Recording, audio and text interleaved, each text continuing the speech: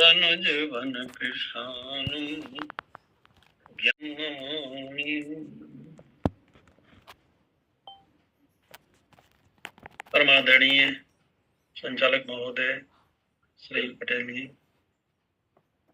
भगवत कथा रस रसिक रसज्ञ श्रोताबंद, श्रद्धामयी देवियों,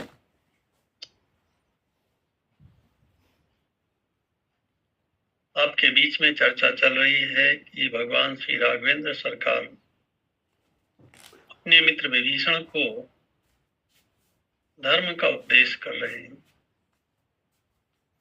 और उपदेश करते हुए वे कहते हैं कि विभीषण, यह जो धर्म है यह एक रथ के समान होता है। जैसे रथ पर बैठा हुआ रथी कुछ करता नहीं है, वो रथ पर सवार है, अपने गंतव्य लक्ष्य तक पहुंच जाता है। ठीक इसी तरह से जो व्यक्ति धर्म के रथ पर आरूढ़ है, उसका लोक और परलोक दोनों सुधर जाते हैं। क्योंकि धर्म की परिभाषा करते हुए एक जगह लिखा है कि यतो अभ्युदय निश्रेय सिद्धि सधर्म। इससे धर्म का महत्व भी पता चलता है, जिससे इस लोक में अभ्युदय होता है, उन्नति होती है, विकास होता है,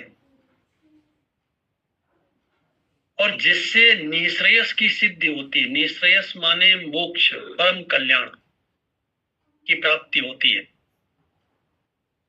उसे धर्म कहते हैं। सो ऐसा जो धर्म है, उस धर्म के दो पहिए हैं। एक का नाम है शौर्य और दूसरे का नाम है धैर्य। इसकी चर्चा हम लोग कल कर चुके हैं। इस रथ पर जो ध्वजा और पताका है, उसके लिए गोस्वामी जी लिखते हैं कि सत्य शील दृढ़ ध्वजा पताका। सत्य की ध्वजा है और शील की पताका है। ध्वजा चतुष्कोणीय होती है और रथ में सबसे ऊपर उसका स्थान होता है।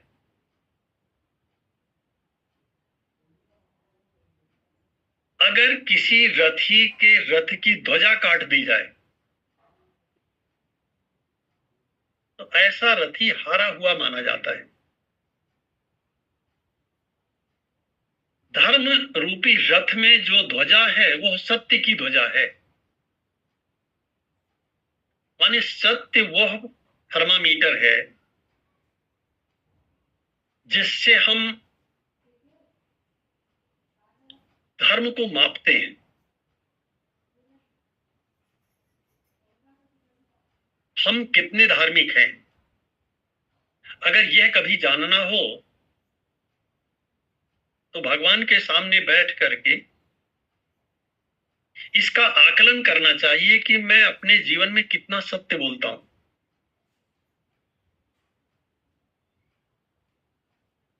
तो यह पता चल जाएगा कि हमारे जीवन में धर्म कितना है और अधर्म कितना है।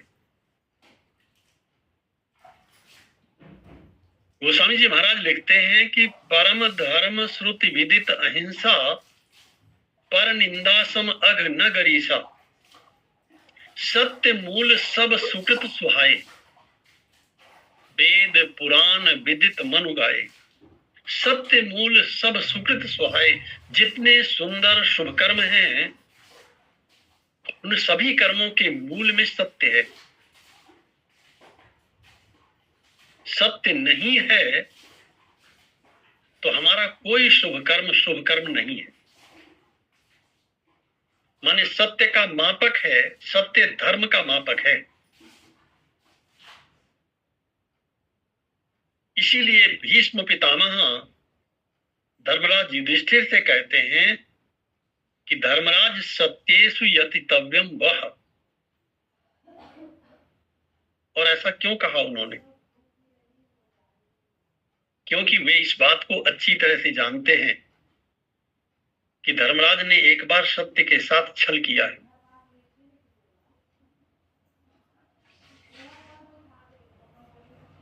द्रोणाचार्य का वध करना था तो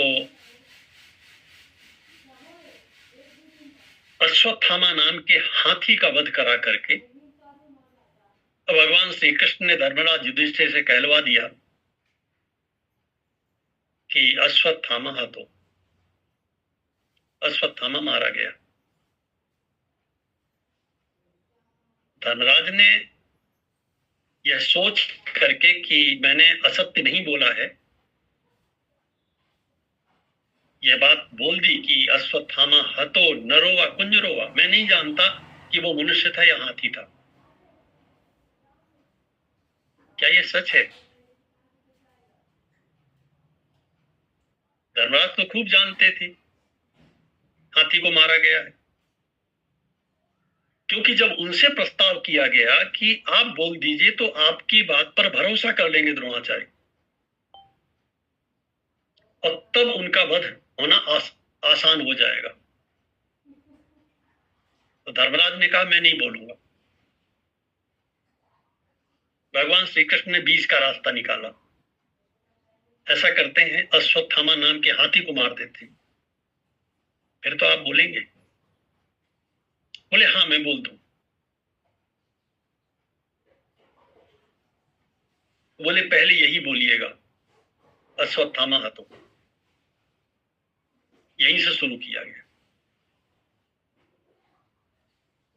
और आधी पंक्ति बोलने के बाद जैसे ही आगे की आधी पंक्ति बोली, भगवान श्री कृष्ण ने अपना शंख बजा दिया। द्रोणाचार्य सुन नहीं पाए। धर्म के साथ मनुष्य को कभी छल नहीं करना चाहिए। धर्म मिलावट पसंद नहीं करता। सत्य का रंग, सत्य मिलावट पसंद नहीं करता। सत्य का रंग श्वेत बताया गया है। जो जैसा है उसे वैसा बोल देना। ज्यों की त्यों धर दीनी चदरिया, जैसा है बस वैसा ही प्रस्तुत कर देना। इसीलिए वेदों में लिखा है सत्यम वद धर्मम चर, सत्य बोलो और धर्म का आचरण करो। आज का जो विषय है वह हमारे आपके जीवन में बड़े महत्व का है। भीष्म पितामह धर्मराज से कहते हैं सत्येषु यततव्यम वह। धर्मराज आप तो धर्मराज हो, आपको सत्य बोलने का प्रयत्न करना चाहिए। सत्यम ही परमम बलम, क्योंकि अगर किसी वस्तु में सबसे अधिक शक्ति है तो वह सत्य में। कहते हैं कि सत्य को अगर थोड़ा जोर से बोल दिया जाए तो सत्य अपमानित होता है। जो सत्यवादी है उसे जोर से बोलने की आवश्यकता नहीं होती। सत्य में स्वयं इतना बल है, इतनी शक्ति है, इतनी ताकत है कि वो अपने आप में काफी है, अपने आप में पर्याप्त है। सो सत्य मिलावट पसंद नहीं करता। भगवान शंकराचार्य कहते हैं नास्ति सत्यात् परो धर्म, सत्य से बढ़कर के कोई धर्म है ही नहीं। और गोस्वामी जी ने भी मुझे लगता है इसी का अनुवाद किया कि धर्म न दूसरा सत्य समाना। ठीक जैसा भगवान शंकराचार्य कहते हैं वैसा ही गोस्वामी जी महाराज कहते हैं। शंकराचार्य कहते हैं नास्ति सत्यात् परो धर्म, और गोस्वामी जी कहते हैं धर्म न दूसरा सत्य समाना। सत्य से बढ़कर तो छोड़ो, सत्य के बराबर भी कोई दूसरा धर्म नहीं है।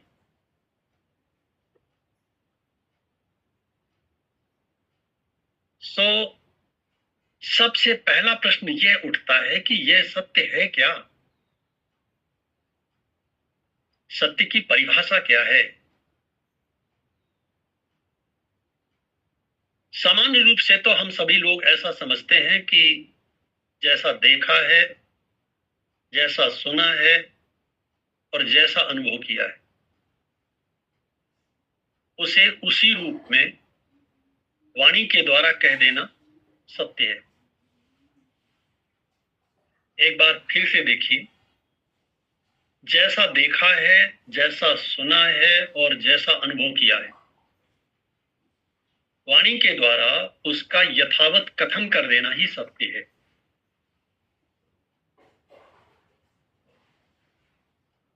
लेकिन क्या यही सत्य है? सत्य मात्र इतना ही है?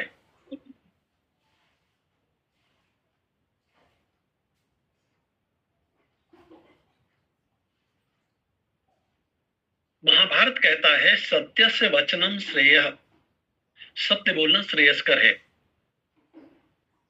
सत्यादपि हितम वदेत, लेकिन सत्य से भी बढ़कर के अगर कोई वस्तु है तो वो है हित। हमारे सत्य बोलने से दूसरे का हित होता है या नहीं होता,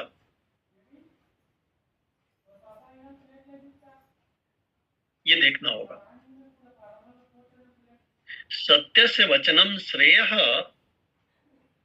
सत्यादपि हितम वदेत, सत्य बोलना श्रेयस्कर है, कल्याणकारी है, लेकिन सत्य से भी बड़ी वस्तु है, उसका नाम है हित।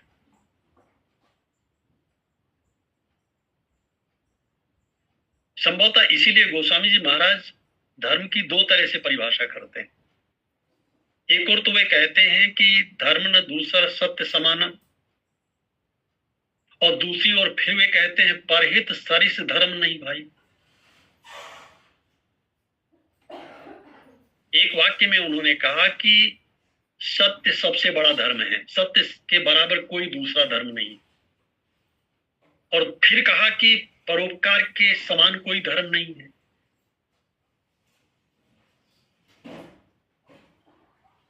तो सत्य बड़ा है कि परोपकार बड़ा है? महाभारत में इसका उत्तर दिया गया, सत्य से वचनम श्रेयः सत्यादपि हितम वदेत, सत्य बोलना श्रेयस्कर है, कल्याणकारी है, लेकिन सत्य से भी अधिक कल्याणकारी है, होता है जिससे दूसरे का हित हो। और हित की परिभाषा करते हुए बड़ी अच्छी बात कही, यद भूत हितम अत्यंतम, जिससे अधिकतम लोगों का अधिकतम भला हो, आत्यंतिक भला हो। आत्यंतिक का अर्थ होता है सदा सदा के लिए, तात्कालिक नहीं। दो प्रकार के हित होते हैं हमारे। एक हित वो होता है जिसमें हमें तात्कालिक हित लगता है, लेकिन परिणाम में खतरा है।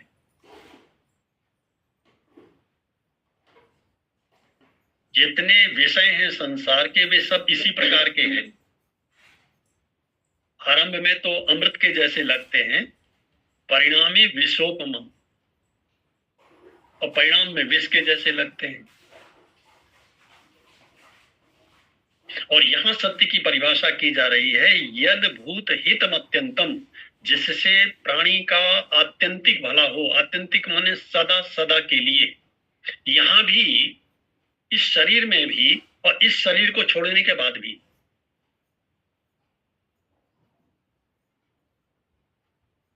यह सत्य कौन सा है?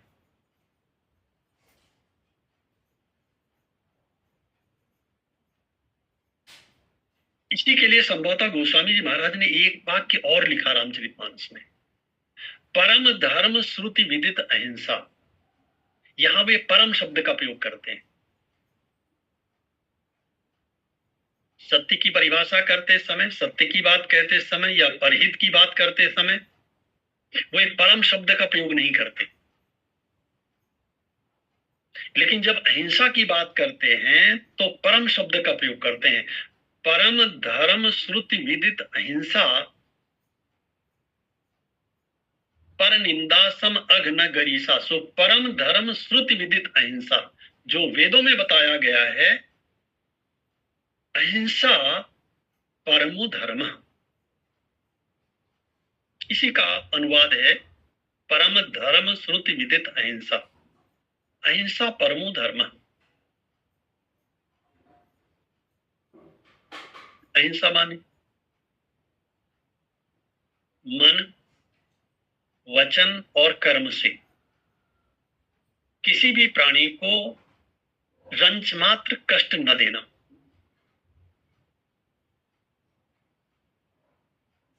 मन, वाणी और कर्म से किसी भी व्यक्ति को थोड़ा सा भी कष्ट न देना, ये अहिंसा है। बहुत से लोग ऐसे हैं जो शरीर के द्वारा की हुई हिंसा को तो हिंसा मानते हैं, वाणी के द्वारा की गई हिंसा को हिंसा नहीं मानते। कोई अकेले में अपने घर में बैठ करके और किसी की निंदा करे तो ये क्या है? ये वाचिक हिंसा है।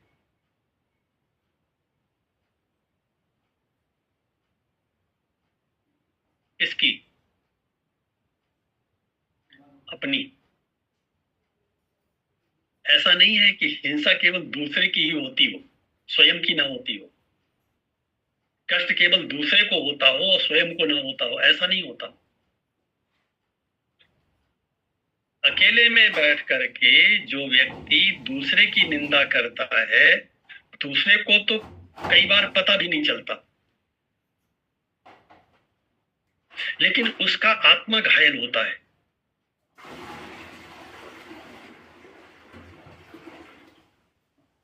तभी तो गोस्वामी जी ने लिखा, अब इससे बड़ा पाप और क्या होगा। ये आत्महत्या जैसी बात है। आत्महत्या की बात क्या है? आत्महत्या शब्द का प्रयोग समाज में जिस अर्थ में होता है, वहां आत्महत्या नहीं है, वहां तो स्थूल शरीर की हत्या है।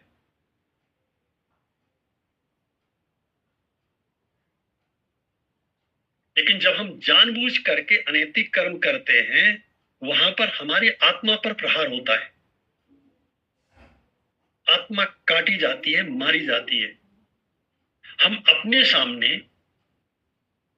या हृदय में रहने वाले जो हमारे भगवान हैं, उनके सामने अपमानित होते हैं।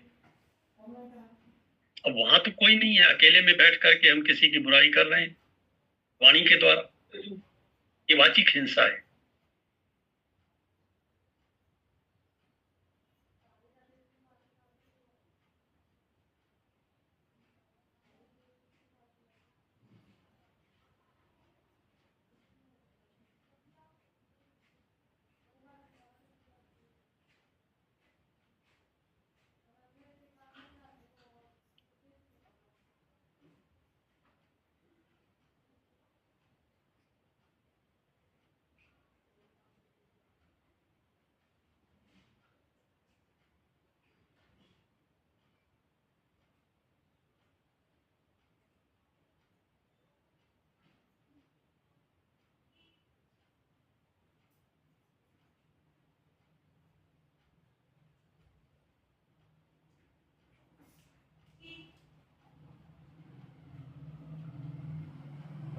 कुछ तकनीकी दिक्कत आ गई होगी, महाराष्ट्र पे जुड़ेंगे। संभवतः बिजली बंद हो गई कि लैपटॉप पर रखा करते हैं, इसलिए मोबाइल से जुड़ेंगे। रुकावट के लिए खेद है, ऐसा करना चाहिए। लाइट चली गई होगी।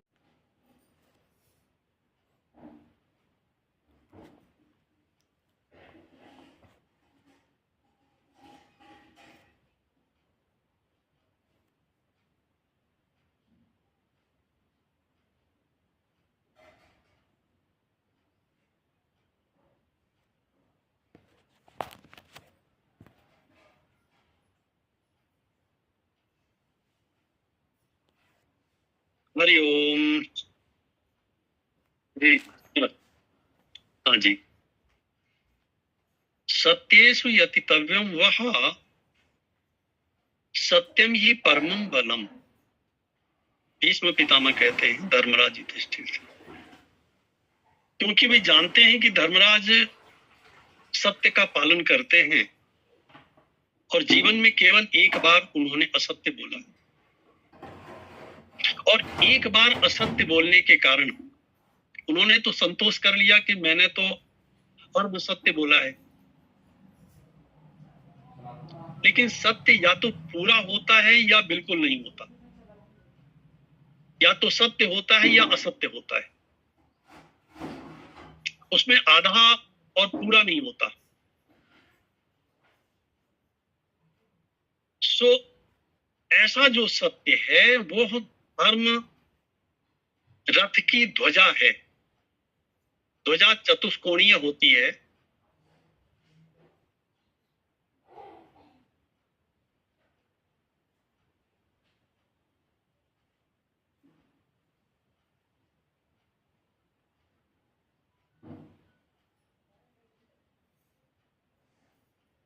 उसमें कोई ये नहीं कह सकता कि साहब इस तरह से ये सही है और इस तरह से गलत है। जो सत्य है वह सत्य है। अब देखिए, महाराज श्री हरिश्चंद्र ने अपने जीवन में केवल सत्य का पालन किया। हरिश्चंद्र के जीवन में उन्होंने स्वप्न में एक बार देखा कि कोई सन्यासी मेरे पास आया और मैंने उसे अपना पूरा का पूरा राज्यपाट दे दिया। स्वप्न में दिया था, जागृत अवस्था में नहीं दिया था। प्रातःकाल विश्वामित्र जी महाराज राजसभा में पधार गए और वो पहचान गए। उन्होंने कहा इन्हीं को तो दिया है मैंने। उन्होंने विश्वामित्र जी से कहा कि महाराज स्वप्न में मैंने आज आपको अपना पूरा का पूरा राज्य दिया है, तो आप इस राज्य को स्वीकार करें। विश्वामित्र जी ने कहा कि स्वप्न की बात तो स्वप्न की होती है, आपने जागृत अवस्था में थोड़ी दिया है। हरिश्चंद्र ने कहा नहीं महाराज, स्वप्न में दिया हो या जागरण में दिया हुआ दिया तो मैंने है, इसलिए अगर मैंने स्वप्न में भी दिया है तो दिया है।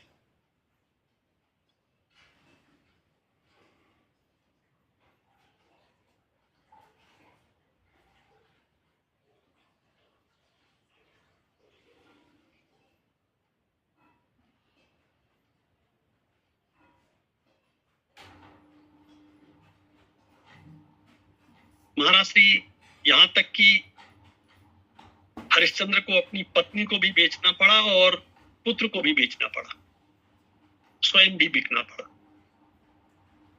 और जो जो कठिनाइयां उनके जीवन में आई उन सबको आप जानते हैं। लेकिन उसका परिणाम क्या हुआ, उसका क्लाइमैक्स क्या हुआ, उसका पटाक्षेप क्या हुआ और उपसंहार क्या हुआ? केवल सत्य का पालन करने के कारण महाराज श्री हरिश्चंद्र को भगवान का दर्शन हुआ और उन्हें जीवन में मोक्ष प्राप्त हुआ। अब आ जाइए महाराज श्री दशरथ के जीवन में। दशरथ जी ने अपने जीवन में सत्य का पालन किया।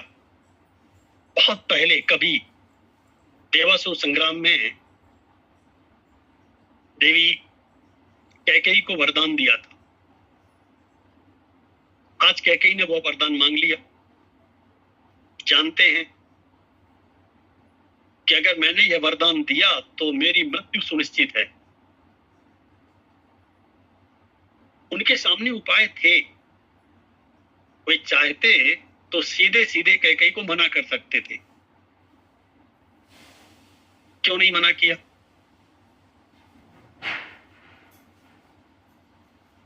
क्योंकि मना कर देने पर बहुत सारे तर्क शास्त्रकारों ने, विद्वानों ने कहे हैं इस संदर्भ में कि महाराज श्री दशरथ ऐसा कह सकते थे, ऐसा कह सकते थे। वो ये भी कह सकते थे कि ये वरदान तो मैं राम को दे चुका।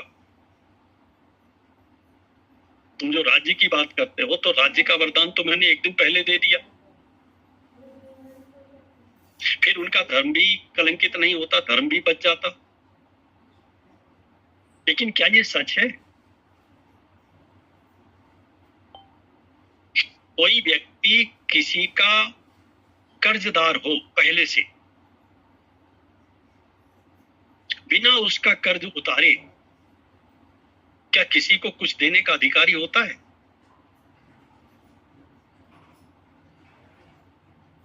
आप याद कीजिए,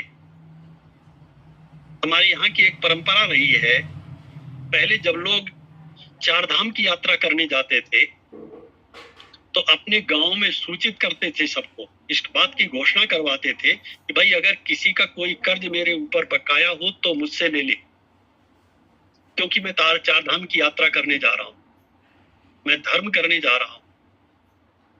यात्रा से न मालूम लौटा न लौटा तो मैं किसी का कर्जदार नहीं रहना चाहता, क्योंकि जो व्यक्ति किसी का भी कर्जदार होता है उसे मोक्ष प्राप्त करने का अधिकार नहीं होता। इसीलिए हमारे वेद कहते हैं कि जन्म से ही मनुष्य के ऊपर 3 प्रकार के कर्ज होते हैं, 3 प्रकार के ऋण होते हैं। एक होता है पितृ ऋण, दूसरा होता है देव ऋण और तीसरा होता है ऋषि ऋण। जब तक वो ऋणानि त्रीणि अपाकृत्य मनो मोक्षे निवेशयेत, वेद का मंत्र है, ऋणानि त्रीणि अपाकृत्य, 3 प्रकार के ऋणों से मुक्त होकर के मनो मोक्षे निवेशयेत, अपने मन को मोक्ष में लगाना चाहिए। अनपाकृत्य मोक्षंतु, अगर किसी ने ऐसा न किया तो बोले सेव मानो ब्रजत्यधा, ऐसे व्यक्ति का अधोपतन होता है। ऐसा व्यक्ति परम कल्याण को प्राप्त नहीं कर पाता है। इसलिए इस सत्य को महाराज श्री दशरथ जानते थे, जब तक मैं कैकेयी का कर्जदार हूं, ये पुराना कर्जा है, और जब तक इससे मैं मुक्त ना हो जाऊं तब तक मुझे किसी को कुछ देने का अधिकार नहीं है। इसलिए उन्होंने कैकेयी से निवेदन तो किया कि यह आप मुझसे मत मांगो, इससे मेरी बहुत बड़ी हानि होगी, लेकिन ये नहीं कहा कि मैं नहीं दूंगा। चाहते अगर धर्म का त्याग करना होता, धर्म का पालन न करना होता तो कैकेयी से कह सकते थे। लक्ष्मण जी ने तो साफ साफ शब्दों में राम जी के सामने कह दिया, धर्म नीति उपदेशीय ताही कीरति भूति सुगति प्रिय जाही। महाराज आप मुझसे धर्म की अपेक्षा मत करिए। राम जी ने लक्ष्मण से कहा था, लक्ष्मण क्या विपत्ति में है मेरे पिता, इस समय तुम्हारा मेरे साथ जाना ठीक है? राव वृद्ध मम दुख मन माही, मैं बन जाऊं तुम्हें लय साथा, वो सबई भी अवधाना था।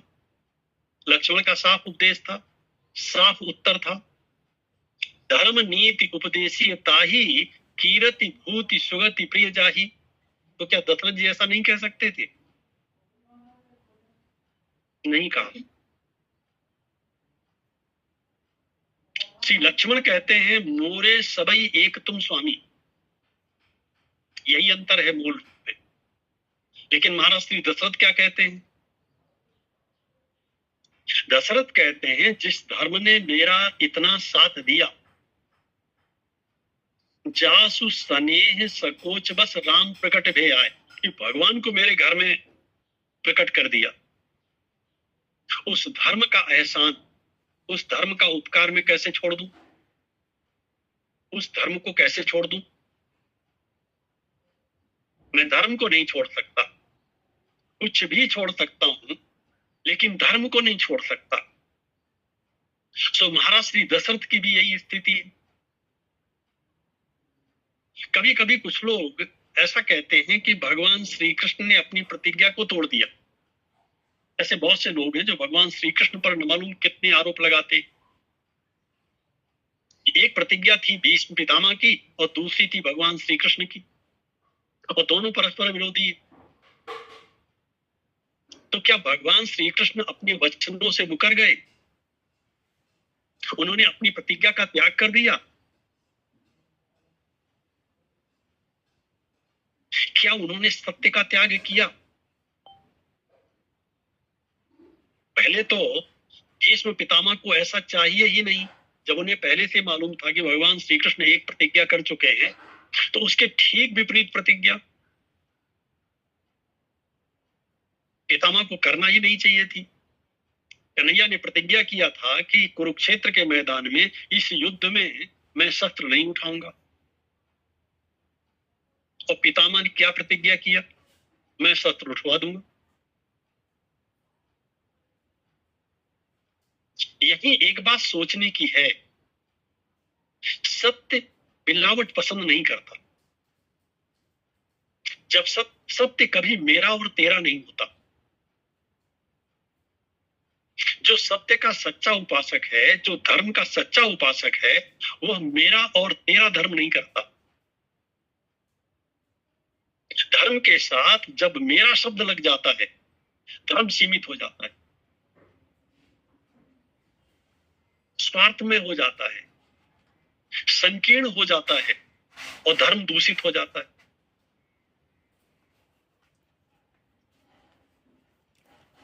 अब दो में से जब दोनों प्रतिज्ञाएं परस्पर विरोधी हैं, तो दो में से एक ही को बचना है और दूसरे को नहीं बचना। भगवान श्री कृष्ण बड़े हैं, बहुत बड़े हैं, और शायद पितामह भीष्म यही बताना चाहते थे कि भगवान श्री कृष्ण भक्तों के कितने हितैषी हैं। इसीलिए उन्होंने ऐसी प्रतिज्ञा किया कि मैं सबके सामने यह प्रकट कर दूंगा कि श्री कृष्ण की स्थिति क्या है। सो पितामह ने विपरीत प्रतिज्ञा की और भगवान श्री कृष्ण ने शस्त्र उठा लिया, रथ का पहिया उठा लिया। अगर देखा जाए तो रथ का पहिया ना अस्त्र है ना शस्त्र है। इस तरह से भी इसकी व्याख्या की जा सकती है।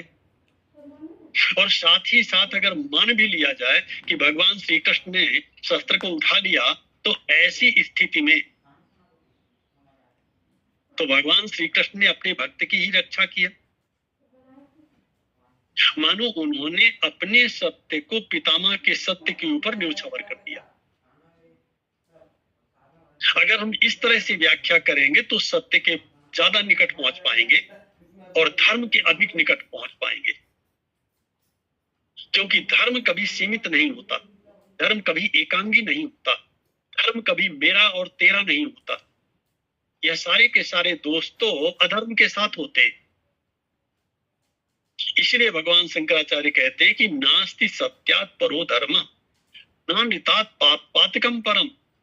सबसे बड़ा धर्म क्या है? बोले सत्य। और सबसे बड़ा अधर्म क्या है? बोले पाप। सो ऐसा जो सत्य है वह सबसे ऊपर है। व्यक्ति के जीवन में सत्य की पताका जब सबसे ऊपर होती है, सत्य सबसे श्रेष्ठ होता है, सत्य सबसे महान होता है। और एक बात और बताऊं, सत्य का पालन वही कर सकता है जो पूरी तरह से ट्रांसपेरेंट हो, जिसके जीवन में रंच मात्र दुराव और छिपाव ना हो। ऐसे केवल दो लोग हैं, एक भगवान श्री कृष्ण और दूसरे भगवान श्री राम। अब कैसे हैं ये लोग, इसकी बात हम लोग आगे करेंगे। प्रेम से बोलिए भक्त वत्सल भगवान की जय। बोलिए